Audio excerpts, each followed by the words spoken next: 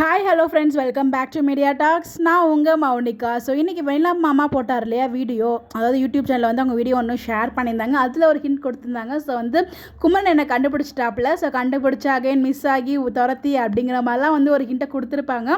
So அதுக்கப்புறம் நான் வந்து ஷூட் போய்ட்டு திருப்பி நைட்டு தான் ஷூட்டிங் வந்தேன் அப்படின்னு சொல்லியிருந்தாங்க இல்லையா. ஸோ அதுக்கு ஏற்ற மாதிரி தான் நமக்கு ஷூட்டிங் ஸ்பாட் அப்டேட்டுமே கிடச்சிருக்கு. அது என்னன்னு சொல்லி ஃபுல்லாக அந்த வீடியோவில் டிஸ்கஸ் பண்ணலாம்.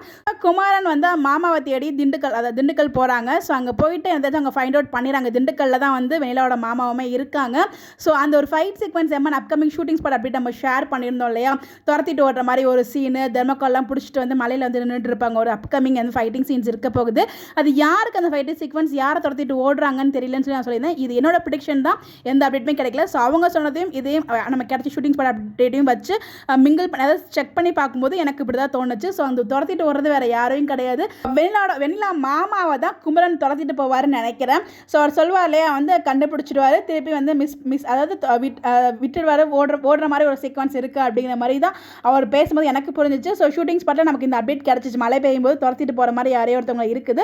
அது தெரிஞ்சு குமரனும் துரத்திட்டு போகிறாரு. அதே மாதிரி பசுவோட ஆளுங்களும் துரத்திட்டு போவாங்களோ. ஏன்னா வெண்ணிலாவை கண்காணிக்க எப்படி வந்து ஹாஸ்பிட்டலில் ஆள் வச்சுருந்தாரோ அதே மாதிரி அவங்க மாமாவை கண்காணிக்கிறதுக்கும் ஒரு ஆள் வச்சுருப்பாங்க. மேபி குமரன் கிட்ட மாட்டிட்டு அங்கே தப்பிச்சு ஓடும்போது எங்கே குமரன் பிடிச்சிட்டு வரோம் அப்படின்னு சொல்லிட்டு வெண்ணிலாவோட மாமா அதாவது பசுவோட கேங்கும் வந்து பார்த்திங்கன்னா வெண்ணிலாவோட மாமாவை துரத்திட்டு போகிற மாதிரி இருக்குமோன்னு எனக்கு லைட்டாக தோணுது. பேசிட்டு இருக்கும்போது அதுவுமே ஸ்ட்ரைக் அவுட் ஆச்சு. அதுவுமே கூட நாங்கள் ஷேர் பண்ணியிருக்கேன்.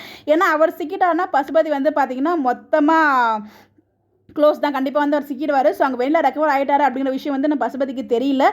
காவேரியை பார்க்க விடாமல் அனுப்பிச்சிட்டோம் அப்படிங்கிற மாதிரி தான் அவர் நினச்சிட்டு இருக்காரு. பிகாஸ் காவேரி பின் வழியாக போய் பார்த்தது அவருக்கு தெரியாது.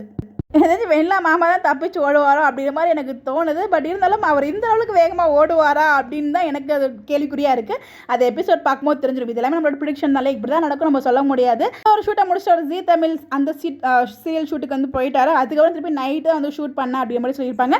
நைட்டு தான் வெண்ணிலா கூட வந்து பார்த்தீங்கன்னா இந்த ஒரு ஷூட்டுமே வந்து போயிட்டுருக்கு.